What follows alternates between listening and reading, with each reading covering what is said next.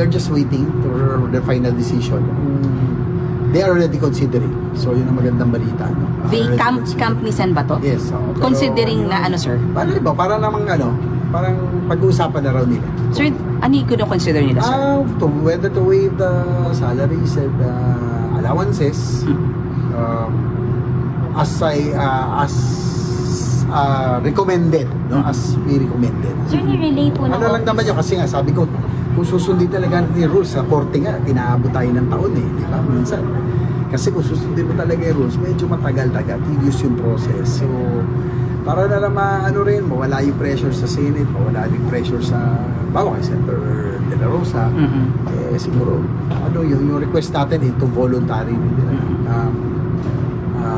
forgo o yung kanyang or waive niya yung salaries and allowances. That's also seconded sinang-ayunan din naman ni Senate President Soto yun. No? Paano yan, sir? Pinaabot ng office niya sa inyo? Na mukhang ito na consider. May mga nagpapaante kasi hindi rin namin alam kung paano mag-get in touch with him. We don't know how to get in touch with him. No? Kaya lang, meron namang parating na mukhang namin na pinag-uusapan na nila.